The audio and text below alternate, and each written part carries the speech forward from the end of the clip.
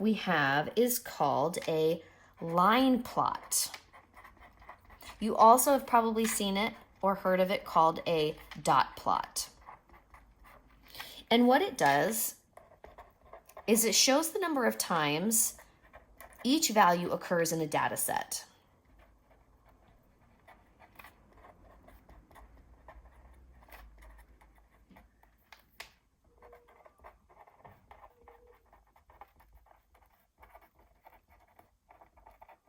So shows the number of times each value occurs in a data set. So for example, we could say we were looking at, let's say my son's baseball game score. So like how many times they scored each number of runs in a game. So let's say this dash represents 0 runs scored by their team. This dash 1 run, 2, 3, 4, 5, and 6. So we could say this represents their entire season. So there was one time that their team scored 0 runs. There was 2 times their team scored 1 run. There were 3 times the team scored 2 runs. 1 time they scored 4 runs. No times they scored 5 runs, so there's no dots there. And then 2 times the team scored 6 runs, and 1 time they scored 7 runs. All right, so the next type of graph we have is called a histogram. Now, a histogram looks very much like a bar graph, but it's slightly different because it shows the frequency of something, the frequency of the data, but in intervals. And these intervals are going to be of the same size. So shows frequency of the data values in intervals of the same size. So let's say, for example, this represents like your scores on a test. So we would have in the y-axis like the number of students who got a certain score, and on the y-axis, or excuse me, the x-axis would be numeric values. So unlike a bar graph where they're often categories, in a histogram, the x-axis, excuse me, are numeric values, and it shows a range. So we could say that anyone who scored between a 50 and a 60 would fall into this bucket. Between a 60 and a 70 would fall into that bucket. Between a 70 and an 80 would fall into that bucket. 80 and 90, that bucket. 90 to 100 would be in this bucket. So then we could say that 1, 2, 3, 4, 5 students scored in that range, and 4 students scored in that range, and so on.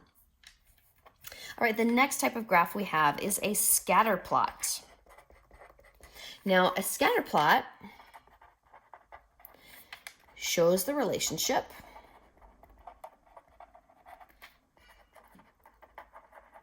between 2 data sets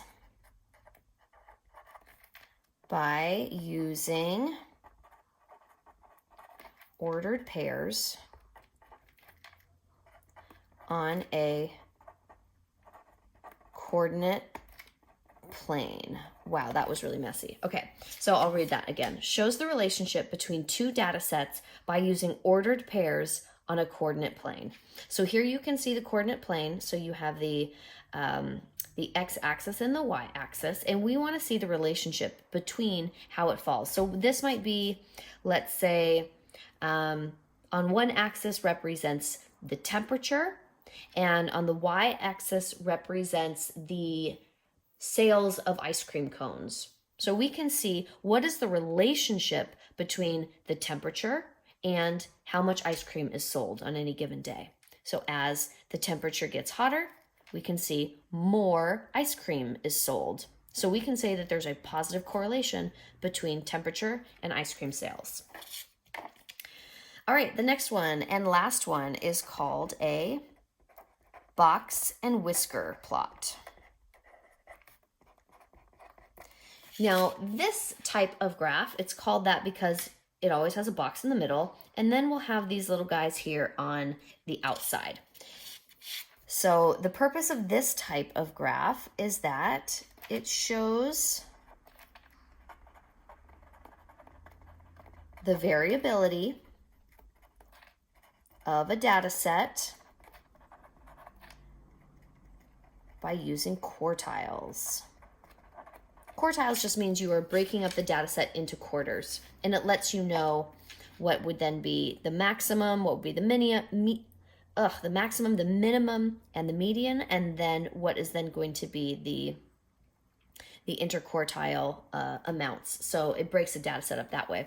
And this type of data is really, or data visualization or data display is really great for numeric data such as testing scores or outcomes related to things like that. So these are all the different data displays that we'll be studying, and you don't have to have all these memorized right now, just be familiar with them, and all of the ones that are new to you, we are going to be studying more in depth later. So there it is, data displays.